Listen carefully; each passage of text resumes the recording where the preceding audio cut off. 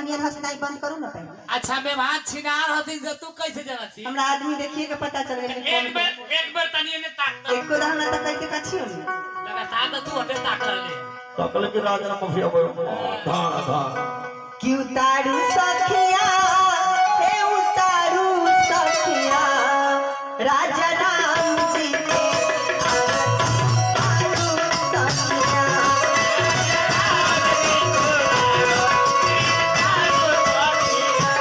अपना बहुना के आरती उतारू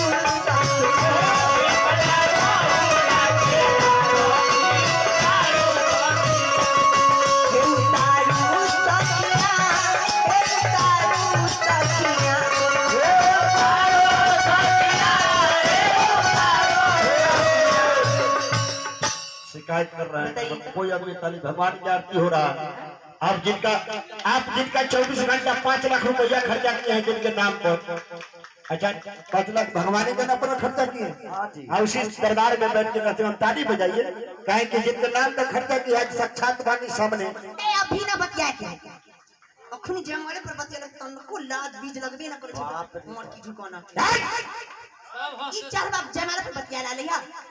अब युग पहला का है, देखिए पहले शादी होता था रजन जी जमाना गुजरला बंद कर ऐसी कई लड़का लड़की घर में जाके बतिया खाते मारेंगे। पहले शादी होए चाचा, पहले शादी हो लड़की के शादी के दिन उतर जाए लड़की के माँ या लड़की के आधा शरीर रोते रोते हो जाता है, गलती ना नो आधा शरीर रोते रोते होता था। एक घड़ी शादी से जब नहीं वीडियो कॉल हेलो हेलो क्या हाल है? ठीक है आप कैसे हैं? हम ठीक हैं। क्या खाए हैं? अभी दूध रोटी खाए। तनी अथी के फोटो भेजिए तो कथी के नाक के भोम के तनको दिमागी काम नहीं। अच्छा एक बात पूछना था आपसे। बोलो बोलो बोलो। आप आएंगे बाराती में हाँ किस कलर की शेरवानी पहन के आइएगा? व्हाइट कलर के लड़का एक घड़ी के पति पत्नी में तुरंत लगाव हो जाता है, जानते हैं क्या है वो फोटमा चोर। अभी बतियाने के कारण आपका कमजोरी लड़की या लड़की का कमजोरी लड़का समझ जाता है। हमरा मोह लगू तो पहले से बनाए जाता है। अब शादी में तरह भेलू शादी के बाद भेलू करी हो एक खातिर शादी से पहले 9 वार्तालाप 9 हाँ तने बात बढ़िया कि कथिए के थाला है कथिए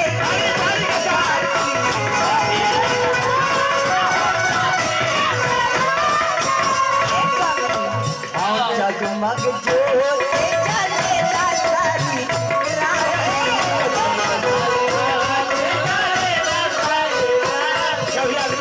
अच्छा सब लोग बुढ़वा सब बजबै छै ई मरकी कोना के बजावे में कथिए के थाला है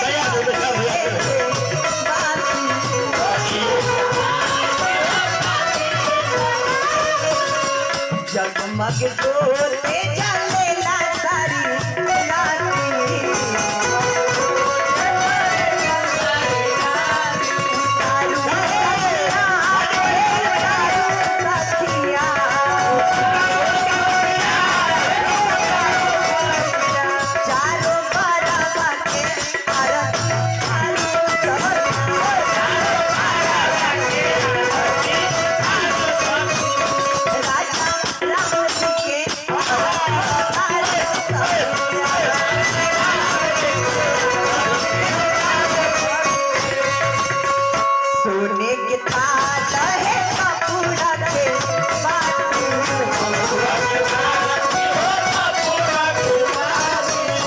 जगमग ज्योति जलेला सारी राती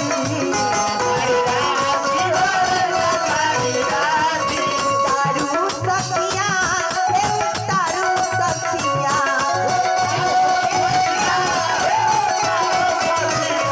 राजा राम जी के आरती उतारू